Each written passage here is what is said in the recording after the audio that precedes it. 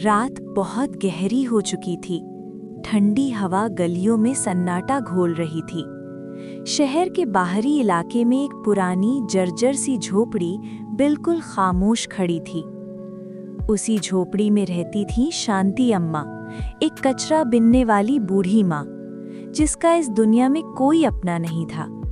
उसका घर भी उसी की तरह था, टूटा हुआ, कमजोर और अकेला।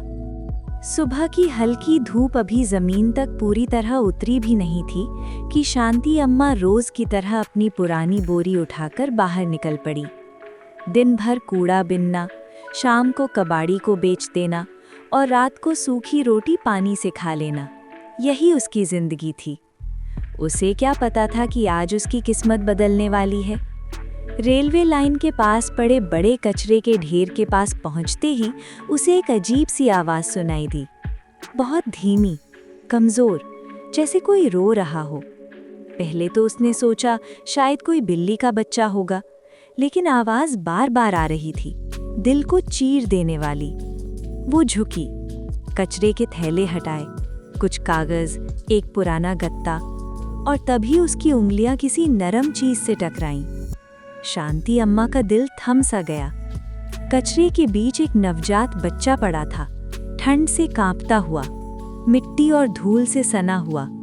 सांसें बहुत हल्की थीं। उसने कांपते हाथों से बच्चे को उठाया, सीने से लगाया। हे भगवान, इसे यहाँ किसने छोड़ दिया?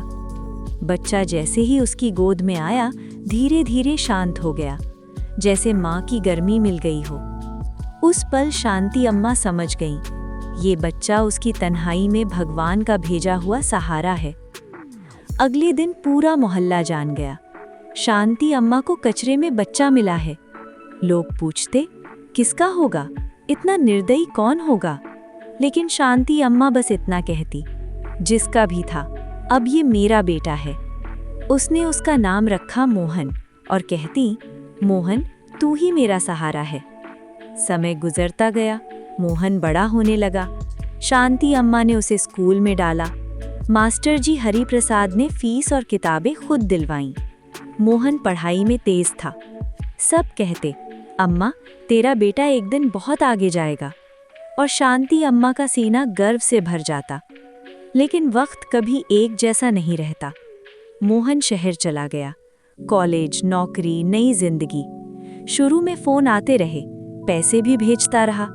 फिर फ़ोन कम होने लगे और एक दिन पूरी तरह बंद। इधर गांव में शांति अम्मा कमज़ोर होती गईं, हाथ कांपने लगे, सांस फूलने लगी।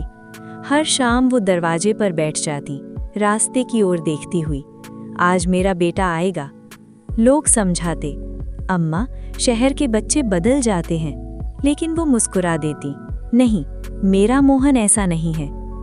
एक दिन उसकी तबीयत बहुत बिगड़ गई।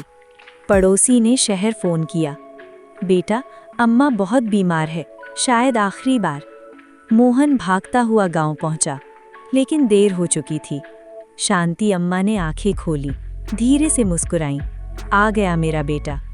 मोहन फूट फूट कर रो पड़ा, अम्मा, मुझे माफ़ कर दो।